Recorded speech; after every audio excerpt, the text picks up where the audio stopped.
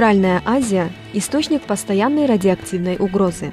Страны региона были основными поставщиками урана и главным ядерным полигоном СССР. Сегодня в Казахстане, Кыргызстане, Таджикистане и Узбекистане накоплено свыше 800 миллионов тонн радиоактивных и токсичных отходов, подавляющая часть которых размещена в отвалах и хвостохранилищах. Часто эти объекты располагаются в руслах и долинах трансграничных рек. С течением времени, из-за несовершенства конструкций и постепенной деградации защитных сооружений, радиоактивные и токсичные отходы из этих хранилищ стали проникать в окружающую среду – почву, воду, воздух. Еще одна, все более нарастающая угроза – это риск разрушения хранилищ под влиянием таких факторов, как участившиеся стихийные бедствия, вызванные изменением климата, и несанкционированная деятельность местного населения на территории хранилищ радиоактивных отходов, которые зачастую не охраняются. Все это несет угрозу здоровью и жизни миллионов людей.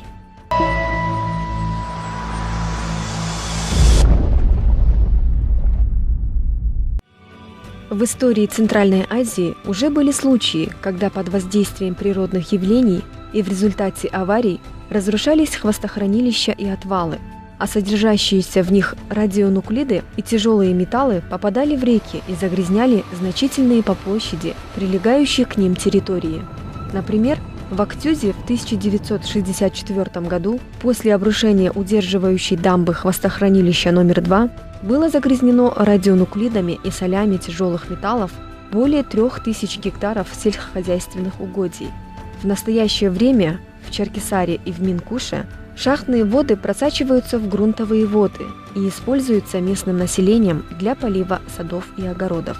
Наиболее опасные хранилища отходов расположены в так называемом Ферганском радиоактивном поясе, в приграничных районах Кыргызстана, Таджикистана и Узбекистана, где по демографическим данным проживает свыше 10 миллионов человек. В Центральной Азии есть несколько горячих точек, вызывающих особую тревогу экспертов и специалистов. Это Майлусу и Минкуш в Кыргызстане, Табашар и Дыгмай в Таджикистане, Актау в Казахстане, Чаркисар в Узбекистане. Знаете, проблема урановых хвостохранилищ сейчас очень остро стоит не только для Кыргызстана, но и для всего региона. Для нашего государства решить эту проблему в одиночку никак невозможно, потому что ограниченные бюджетные ресурсы не позволяют решить это в одиночку. Кроме того, такая же проблема стоит и в других регионах, в частности в Таджикистане. Все это наталкивает на консолидированные усилия нашего региона по решению данных проблем. Наряду с экологическими угрозами и техническими проблемами хвостохранилищ особую тревогу и озабоченность вызывают негативные социально-экономические последствия закрытия горнорудных предприятий, шахт и заводов. К их числу относятся постепенный отток населения по экологическим и экономическим соображениям, упадок некогда цветущих городов, проявляющийся в общем ухудшении состояния и функционирования промышленных и коммунально-бытовых предприятий, объектов инфраструктуры, снижение качества услуг в области здравоохранения и образования. Крайняя бедность, ощущение безысходности характерны для населения всех районов бывших урановых шахт СССР и людей, живущих в разных странах региона – Казахстане, Кыргызстане, Таджикистане, Узбекистане – объединяет одна беда. Их дома находятся рядом с урановыми хвостохранилищами. Может показаться странным, но это факт. Часто урановые хвостохранилища являются единственным источником дохода населения. Самый распространенный вариант использования – раскопки на хвостохранилищах, которые ведут сталкеры в поисках черных и цветных металлов, кабельной и электротехнической продукции. На ровных площадках хвостохранилищ дети играют в классики, футбол и другие игры. Здесь же пасут скот, охотятся на птицу, ловят рыбу в аккумулирующих емкостях, а пустые земли используют под огороды. Серьезную опасность в шахтерских поселках представляет проживание людей в домах, построенных с использованием загрязненных материалов отвалов и шахт. Планомерные и регулярные медицинские исследования здесь давно не проводились, но по некоторым данным В населенных пунктах, расположенных рядом с урановыми рудниками, увеличивается число онкологических заболеваний. Несомненно, решать технические проблемы урановых хвостохранилищ, несущих реальные угрозы экологии территорий и жизни людей, необходимо и как можно скорее. Но нельзя при этом оставлять без внимания целый пласт существующих социальных проблем, потому что людям, живущим на этих территориях, уже сейчас нужна работа, помощь медиков и психологов, социальная поддержка государства, но главное – надежда, что их не оставят один на один с этой бедой. Урановые хвостохранилища Центральной Азии – проблема, которую страны региона могут решить сообща. И сегодня уже можно говорить о конкретных результатах на пути координации этих усилий.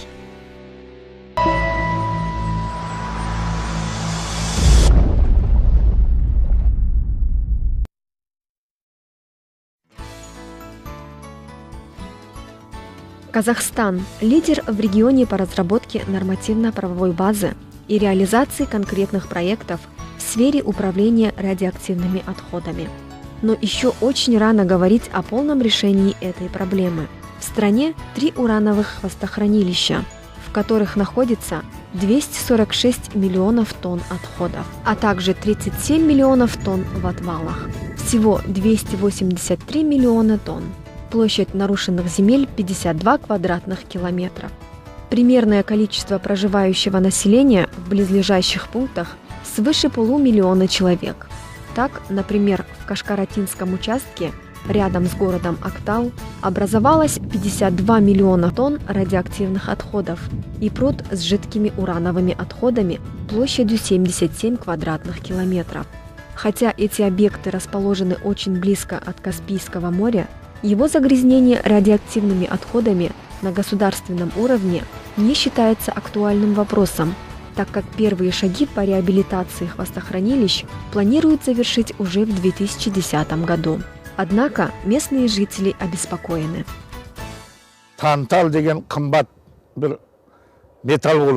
Сейчас, говорят, хвостохранилище засыпают, но там еще и пруд есть. Туда сбрасывают еще и сточные воды. Где гарантия, что вся эта ржавая вода не попадет в море? Народ выступил против захоронения и против атомной станции. У нас и так проблемы с экологией. Тантал еще хотели добывать, но народ не разрешил. Я всю жизнь за экологию борюсь. В Каспии мы уже давно тюленей не видим. Это же не просто так.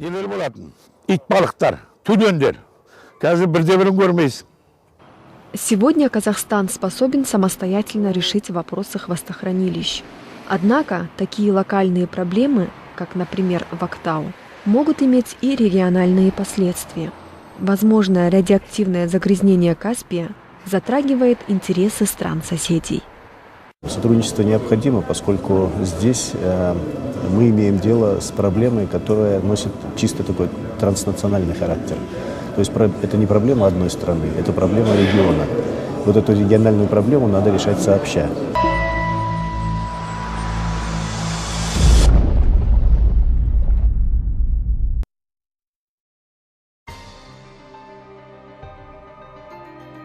В Кыргызстане 34 хвостохранилища, в которых размещено 77 миллионов тонн радиоактивных отходов и 209 миллионов тонн в отвалах пород и бедных руд. Всего по стране 286 миллионов тонн. Площадь нарушенных земель 6,5 квадратных километров.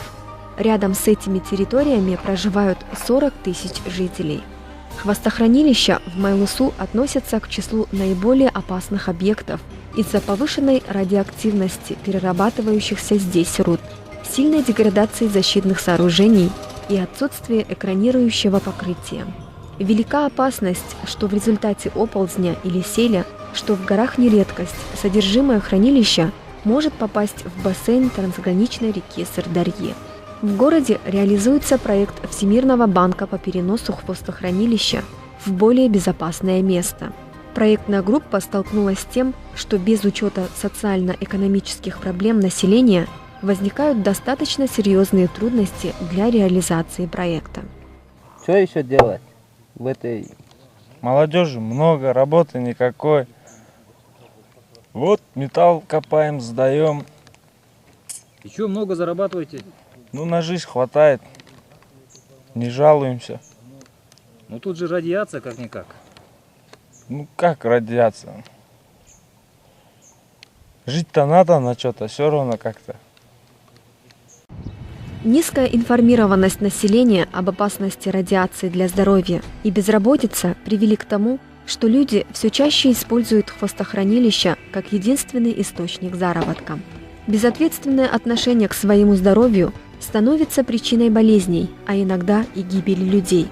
По данным некоторых исследований, в Майлысу количество больных раком в 4 раза больше, чем в среднем по Кыргызстану, а детей, рожденных с пороками, больше в 2,8 раза. Жители связывают все свои беды с хвостохранилищем, но у них нет другого источника существования. Все их надежды связаны с проектами.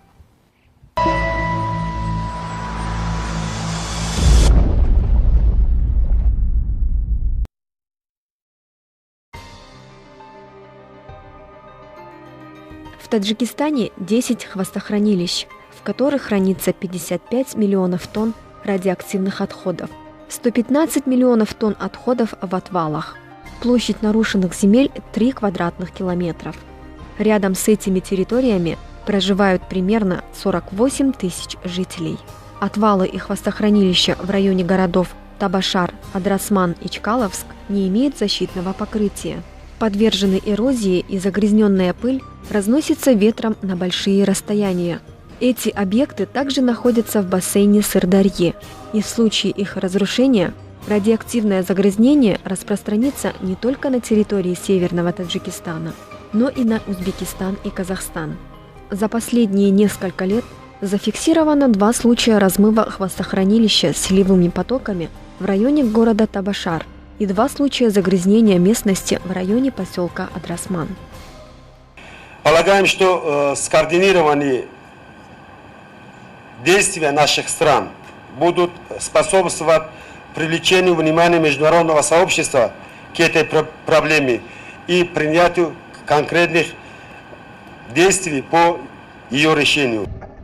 Если в 2007 году было 2 случая всего впервые выявленные раковым заболеванием больные, то в 2008 году это дошло до 8 случаев, и за последние 5 месяцев 2009 года это составляет 6 случаев заболеваний.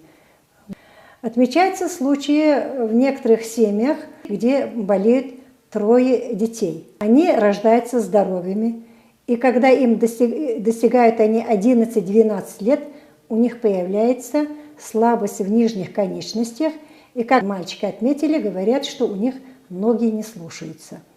Социально-экономическая ситуация в таджикских селах, расположенных рядом с хвостохранилищами, такая же, как и в Кыргызстане.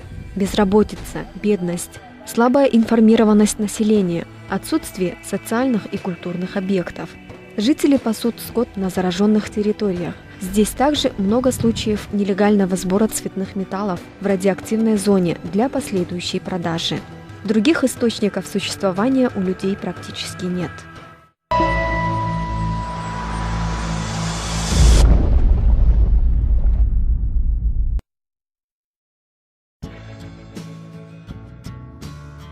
В Узбекистане одно хвостохранилище, где хранится 60 миллионов тонн отходов, 13 миллионов тонн в отвалах пород. Всего по стране 73 миллиона тонн.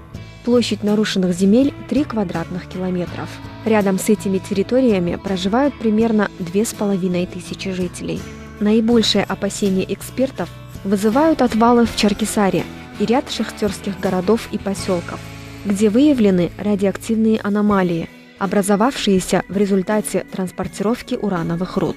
Шахты затоплены, вода с повышенным содержанием радионуклидов и токсичных металлов стекает в ближайшие ручьи и реки. Эту воду местные жители часто используют для водопоя скота и полива огородных участков, что приводит к загрязнению продуктов питания и окружающей среды. Данный вопрос насущный, актуальный для решения национальном и региональном уровне. Я думаю, что мы совместно решим эти вопросы Конечно, государство должно сама тоже думать о решении этих вопросов, но помощь международной организации – это тоже важно. Мы тоже подготовили несколько проектных предложений. Наверное, мы эти предложения представим международным организациям, если они примут и посчитают, что можно будет финансировать, если посчитают. Это хорошо было бы для республик Центральной Азии. Урановые хвостохранилища представляют большую опасность для здоровья людей, окружающей среды, экономики и стабильности Центральноазиатского региона. Если не обеспечить срочного и эффективного решения проблемы урановых хвостохранилищ, она может стать причиной экологических катастроф регионального масштаба и трансграничного характера. Поэтому только совместная работа стран Центральной Азии в сотрудничестве с международными организациями и донорами позволит предотвратить экологическую катастрофу. И в этом направлении уже есть позитивные результаты. В апреле 2009 года в Бишкеке по инициативе правительства Кыргызстана состоялась региональная конференция по проблеме радиоактивных и токсичных отходов. По итогам ее работы был подготовлен рамочный документ, который стал основой совместной программы действий государств. В июне 2009 года в Женеве прошел международный форум высокого уровня, на котором были определены практические направления по выработке конкретных мер для предотвращения возможных экологических бедствий.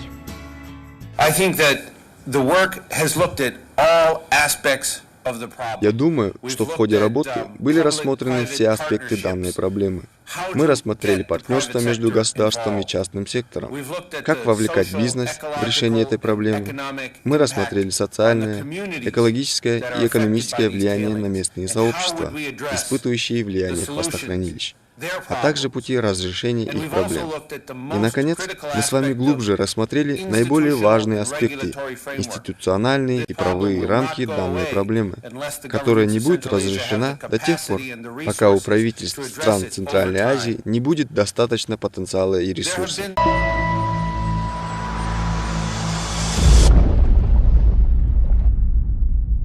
Сейчас страны региона разрабатывают комплекс мер по координации действий. Необходимо решить задачи в области законодательства, реабилитации хвостохранилищ, здравоохранения, мониторинга ситуации и много других. В числе важнейших – решение социально-экономических проблем местного населения, рост безработицы, удорожание жизни, миграция работоспособной части населения, усиливающиеся в связи с экономическим кризисом, характерны для всех стран региона. Хвостохранилища нередко единственный источник заработка для местных жителей, и чисто технические мероприятия по реабилитации опасных объектов без учета интересов людей могут вызвать непонимание и протестные настроения. Люди, проживающие вблизи урановых хвостохранилищ, уязвимы к любому внешнему давлению со стороны правительства и международных доноров. И скоординированную деятельность стран Центральной Азии нужно выстроить таким образом, чтобы новые проекты разрабатывались и реализовывались с учетом социальных нужд и чаяний населения. Сейчас важно создать такие условия, чтобы у людей появилась надежда на светлое будущее для себя и для своих детей.